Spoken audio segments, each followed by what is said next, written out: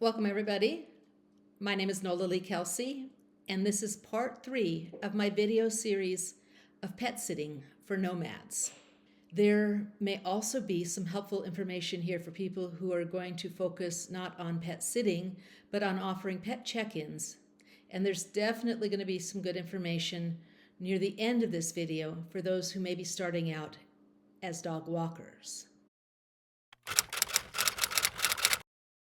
Before we start, please consider checking out the first video to determine if pet sitting as a nomad will even work for you. There is a lot to consider. If you decide you can pet sit or perhaps compromise and do dog walks and pet check-ins instead, then go on to check out video 2 on working with the clients. As a reminder, I am not a pro YouTuber. I just get asked a lot of questions about doing this for extra income. So I've put together this video series in hoping of helping other people out. My work is done mostly via the Rover app, with some work from my own website and word of mouth. So that will be the foundation of the pet sitting experience that I'm sharing here with you today. As for why I feel like I can talk to you about animal care today, that's a long and varied story. I'll try to just give you the cliff notes. Half of my background is in working with wildlife in rescues and as a keeper or behavioral data collecting, all while studying zoology in college. The next half of my life was spent immersed in dog rescue, street dog sterilization programs overseas, and as a caregiver at places such as Best Friends in Utah. This included a time where I also had a backyard farm. As I said in video 2, you do not need this sort of animal care background to be a pet sitter. What you do need is a normal life experience taking care of cats and dogs and a genuine love of animals. However, if you love animals, you're responsible, you have the ability to listen to your clients and take notes, then pet sitting may be a good option for you. Remember, it is the nature of the business that you are not only taking care of what is essentially people's children, but you are also being trusted with their homes.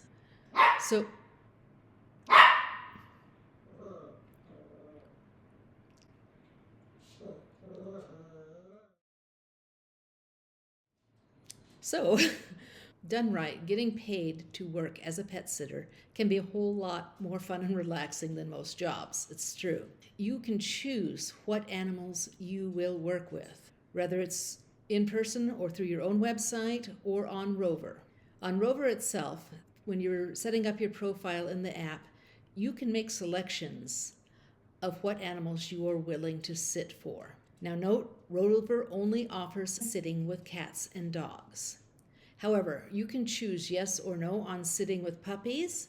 More on that later. You can select cats only, or you can select dogs by weight.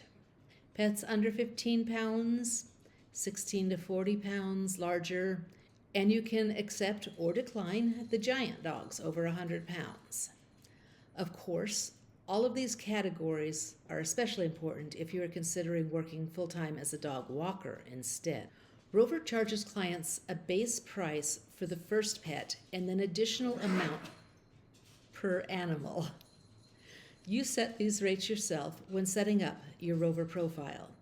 They also charge additional fees for holiday stays, long-term stays, etc.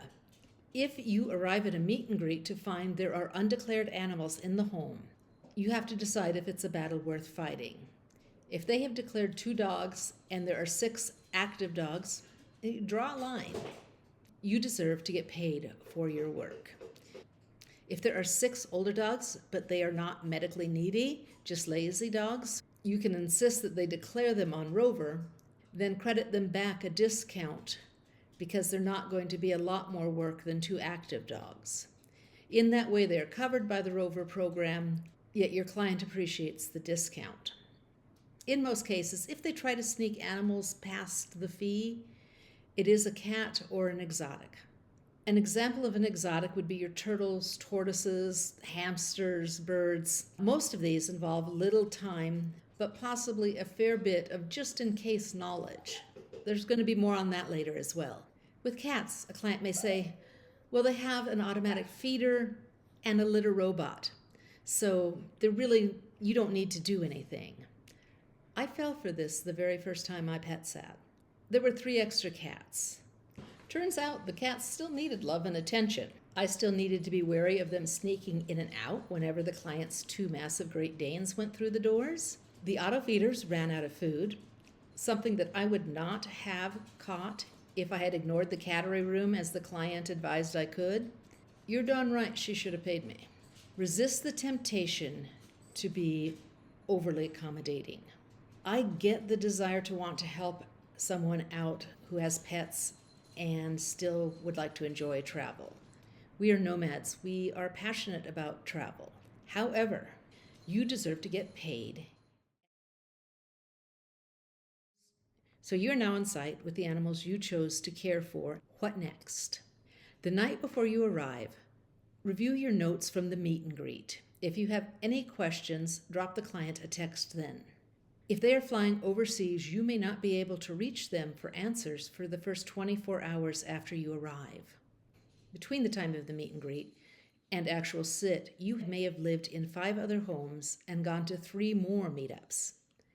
Shit you think you will remember, you will not. On the client side, be aware of a few things. They may have promised to leave you notes and tell you you do not need to take a lot of notes during the meet and greet. Try to say, let's do both. If they appear to be rushing you, ask questions faster. They will always say they will leave everything you need to know written down. But either they will leave you an encyclopedia, which is brilliant, or they're going to leave you a post-it note, which is not so brilliant. 70% of them are very informative and answer your questions if you are specific. 30% of them are masters at the art of ambiguity. They may say, my dogs are aggressive, so feed them separately. You reply, got it. Where should I feed each one? Do I separate them before I start food prep? And in what order should I put the food down for them if they are eating in the same room? Oh, I just do it here and there. Now let me show you some things I need to talk about in the garage. Wait. No. Back the horse up. You just told me that your pit bull and your Great Dane have aggression issues when feeding. I need to know more details on that. From feedings to where the vacuum is, it is startling how often they slip ambiguity past you when you go back and review your notes. The day you arrive, review any notes that they have left you. Set them on the kitchen counter with your notes for quick reference, especially during your first few feedings and medication times. Start good habits with establishing a true routine from day one.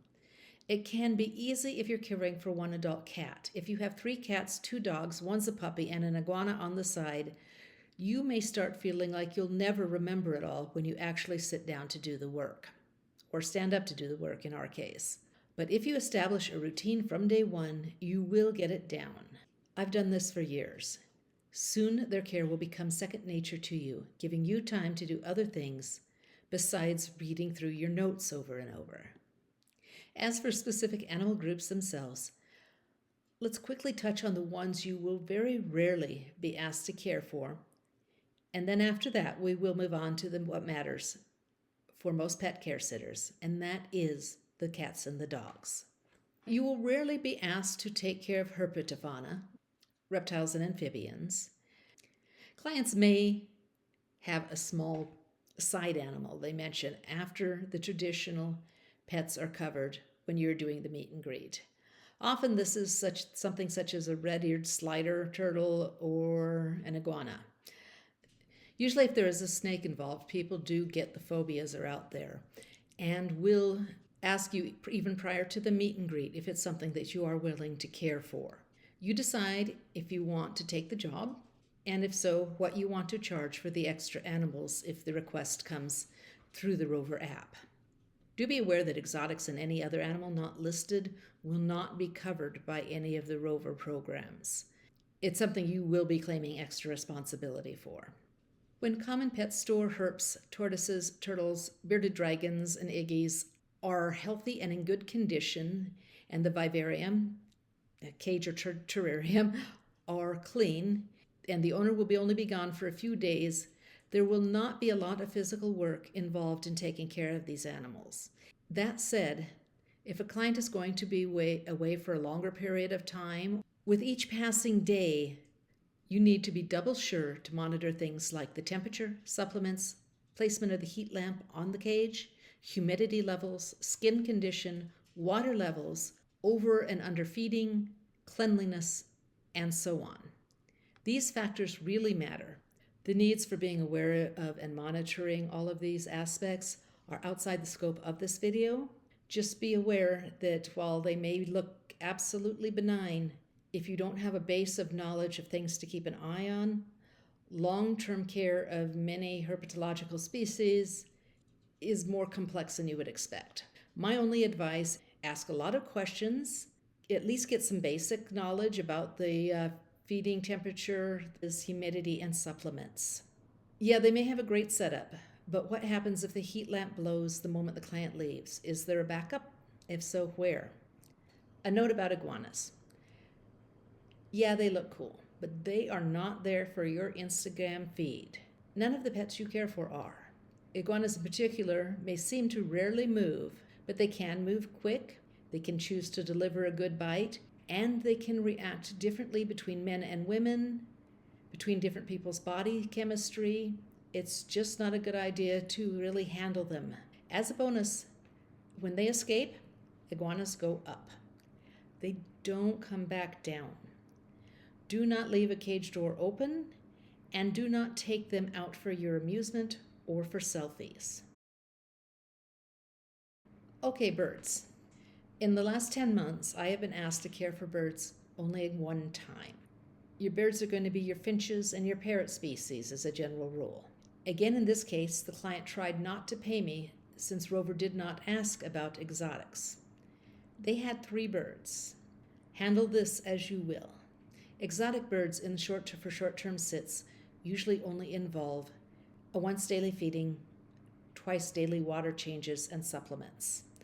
For longer stays, then of course you get into the cage cleanings. And as a general rule, you must assume that most are going to try to bite you, except for the finches. Move fast when changing the food and water. If they are on the left part of the cage, grab the food and bowl on the right. When you put them back, if they move to the right to get the food, then grab the water bowl and food on the left. If they're at the top of the cage, work in the bottom of the cage, and vice versa. Hopefully all the birds are kept in a separate room so that all, and I do mean all, other pets can be shut out while you take care of the birds. Whether the birds are in a separate room or not, even if you are going 10 feet to refill a bowl, hook and lock the door. In your 30-second absence, bad things can happen. Birds are keen observers, and they know things. Don't give them any chance to escape. If they do get out, you may need to patiently wait for them to return to their cage on their own. Bring a book to read, or place a stick under their feet and hope they might hop on and let you lift them back into the cage. Never encourage a bird you are unfamiliar with handling to hop onto your wrist or your fingers. This is triply true for macaws and your large cockatoos. Okay, the fluffball animals. Your hamsters, rats, mice, gerbils, even your hedgehogs, even though they're not particularly fluffy, we'll put them in this category. I've only been asked to care for these twice. In both cases, it was, of course, just as a side note to the other animals in the home, the dogs and the cats. For short pet sits, these animals are generally doable and mostly involve feeding and refilling water while not letting anybody escape. For a longer sit, where cage cleaning may be involved, and you may need to handle them or restrain them by putting them elsewhere during the cleaning, please make sure the owner shows you hands-on, your hands, not theirs, no ambiguity, how they want this done exactly. Just because we know a certain species doesn't mean we're used to handling them. And finally, ferrets. The short-term rules can apply, but they are fast. They bite, they're quick to bite, and they're quick to escape. Ferrets are like the iguanas of the fluffball world. Don't take them out to take selfies and to play with them. Follow the client's instructions to the letter, so if anything happens, you can tell them that you did what you were told. Unlike iguanas, who go up when they escape, ferrets go into tubes, into car engines from under the dash, under couches, and also up. Now to 99% of your work, also known as your bread and butter or cats and dogs sitting. Cats. Well, cats are cats. They can be right on you when you're trying to work or tormenting you by hiding and convincing you you've lost them. Sometimes they do both back and forth. Every cat I have had to sit myself has been packaged with dogs. However, as I mentioned, you can't only choose to care for cats. If you want to try this option, I would consider just widening the area that I'm willing to take work from while I establish a base of references. It'll really help in getting the foundation of your pet's business going. A smaller radius will just eliminate more potential all-cat households for you to sit in. Now, obviously with cats, care and feeding and litter boxes come to mind, but also be aware of meds and escapes when you're taking notes during your meet and greet. Discuss with the clients, is Mr. Snuggles allowed in the backyard? Does he slip out via the dog door? And if so, what do you do? One thing I'm noticing more and more with cats, kind of like children, is more of them seem to be diagnosed with food allergies and on medications. So double check this with the owners. Just generally try to be aware of the cat's special dietary needs these days. Okay, now on to the dogs. Most of us who have had dogs most of our lives and combine that with a desire to care for them, a sense of responsibility, and the ability to follow the client's instructions are pretty much set for being great potential pet sitters. So I'm just going to shoot through a list of some of the slightly more unusual issues, but still common enough that you may encounter them. The biggest issue can be separation anxiety. If a sit is for 2 hours for 2 weeks with a separation anxiety and SA dog, you may need to arrive at the house with absolutely everything you need to get you through the sit time. Now, that doesn't mean you're not going to be able to go out and go for walks. The dog may be perfectly lovely on walks as long as he's with you. And be aware of the degrees of separation anxiety. You might be able to crate the animal for a half hour while you run to the store, or you might not be able to walk out to your car to get a clean t-shirt. So go over it all with the client in advance. Not surprisingly, these are the clients who likely need to escape most of all. They are gods for committing to these animals instead of dumping them at their local shelter. It's great if you can offer them peace of mind while they get away for a bit. Crating. A dog might be crated at night when it sleeps. It might be crated just when you run out to run errands. It might be crated during both times. If you've never been around the brachiocephalic breeds before, these are your flat-faced dogs, your English bulldogs, your Pekingese, your Shih Tzus, which seem to be very popular these days. Be very aware of weather extremes, and I'm not just talking about heat, but also the cold. If you're in an area where the weather may swing one way or the other throughout the day or throughout your pet sit, make sure to discuss your dog walking or them being outside at certain times of day with the owners before they leave. Blind and deaf dogs. Please don't shy away from meeting these dogs. You can be amazed by their adaptability. It can be absolutely fascinating. There is an old trope out there about deaf dogs being dangerous, more aggressive, unpredictable. This is especially true in the world of Dalmatians. This is what we who have raised Dalmatians and rescued deaf dogs over the years call total bullshit. Many of us spoke out for a long time against certain vets who advocated for their immediate euthanasia. Like any dogs, they can have behavioral issues or not. It is all a part of the rainbow of canine behavior. But please don't just write them off based on these old, outdated ways of thinking. Wheelchair dogs. Now, they may require a lot of lifting. Keep that in mind versus the weight of the dog. It's not often just lifting them in and out of a wheelchair, which they may use for short spans throughout the day.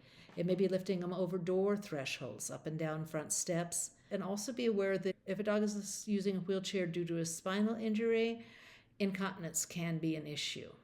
An owner desperate to escape might just casually mention that if it does have an accident, there's pee pads around and things like that, or doggy diapers.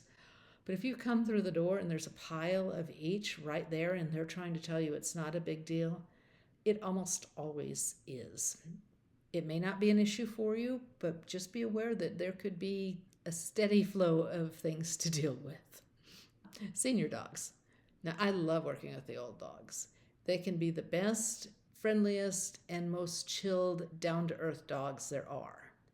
However, they can occasionally be so close to the end that you spend your sit terrified they will pass and the owner will lash out at you and blame you. Assess the dog at the meet and greet, but if you don't want to risk the sit, just explain to them that you are not comfortable with the booking and it may be best if they found another sitter. Remember, Rover lets you pick and choose the dogs you are comfortable caring with by size and by whether or not they're puppies or adults. Puppies, you can get an extra fee for, and you will earn it. Only time I have had property damage, it was with a puppy that had caused previous property damage, yet I still lived in terror of a bad review bringing down my Rover ratings, felt horrible for the family, felt horrible for myself. As far as separating out dogs by weight, where maybe you just don't like to work with the toy breeds or you don't feel you can handle a dog over 60 to 100 pounds, don't feel bad about not checking those boxes when you're setting up your profile. You won't be missing a lot of work by being very particular and keeping your caregiving with animals that you are just more comfortable with. Obviously, choosing the weight of dog you're happy with is also very important if you're opting to be a dog walker instead of a pet sitter. When walking a dog, in either case, there are some special considerations. Mostly, they just require that you are vigilant. As Boondockers, most of us have heard horrible stories about dogs lost to coyotes. When you are walking dogs, especially the smaller dogs, morning and evening in particular, don't think because you're in town, you're safe. Even in city parks, you need to be double cautious. Get in the habit of watching out not only for the dogs you're taking care of, but for every other walker out there. Far too often, you'll see people with those horrible extending leashes and an 80-pound Rottweiler at the end while they're looking the other direction to text somebody or chat with a friend. You need to watch for them, eyeball the behavior of their dog. Is it reacting? Is it fixating on your animal? Is it going into a play bow or putting its hackles up? As a general rule, when I'm walking somebody else's dogs outside a park on the street, I will cross the road just to not experiment with the encounter. Just be aware of every dog around you all the time. Keep your phone in your pocket. It's not a time for pictures unless you want to just snap a quick one to send to the owner. A few other points on walking that some of you have had other dogs might find insulting, but others may think, I should have thought of that. So I'm going to just dive into them real quick here. A leash is to be worn over your wrist.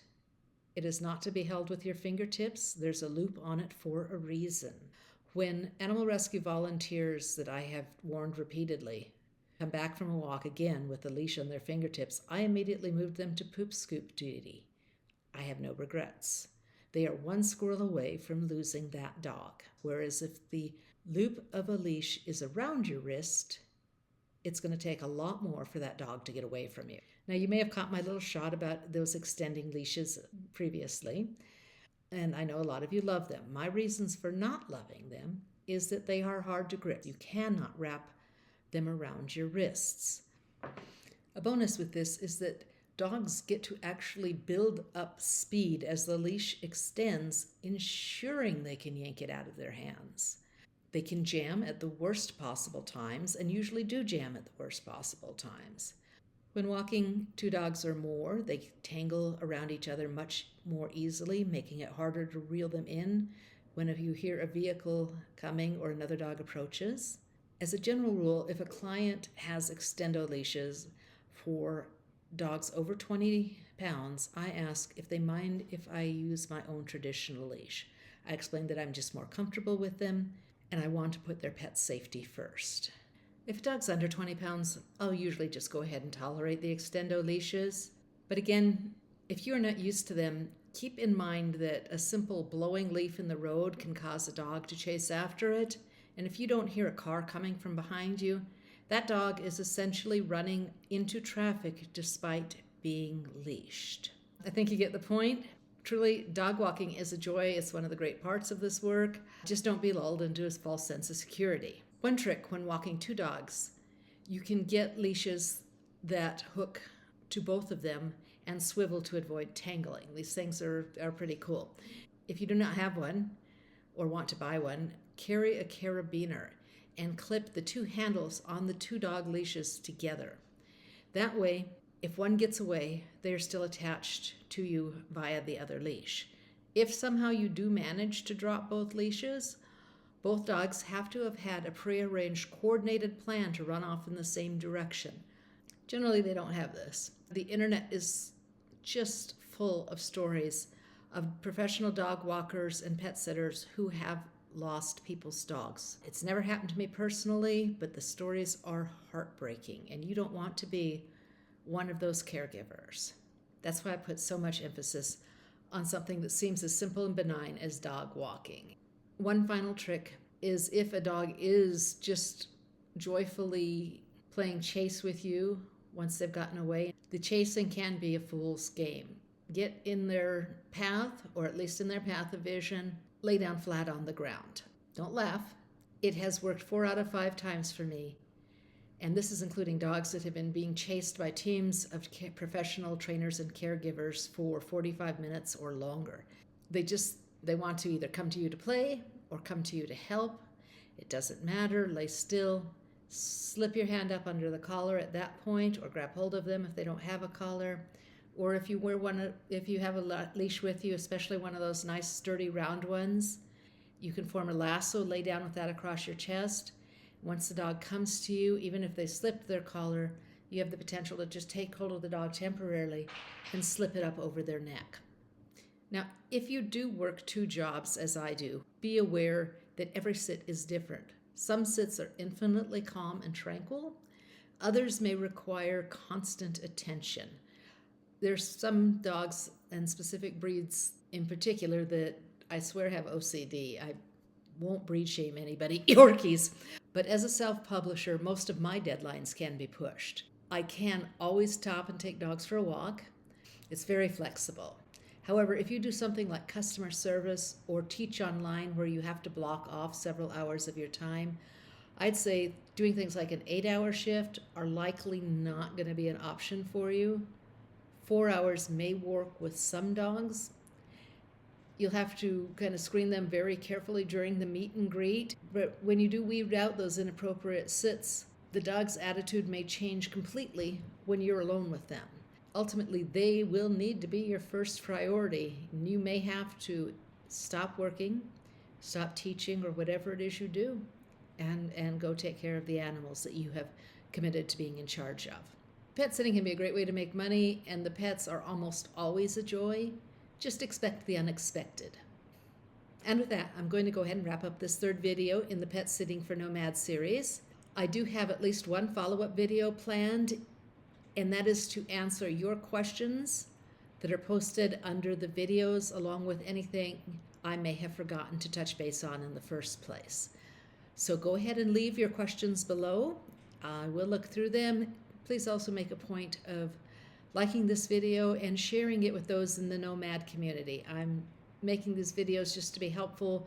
I'm not a great marketer, but I felt they were necessary because I get so many questions on the topic, but they only help if we get them out there for the people who are curious about pet sitting.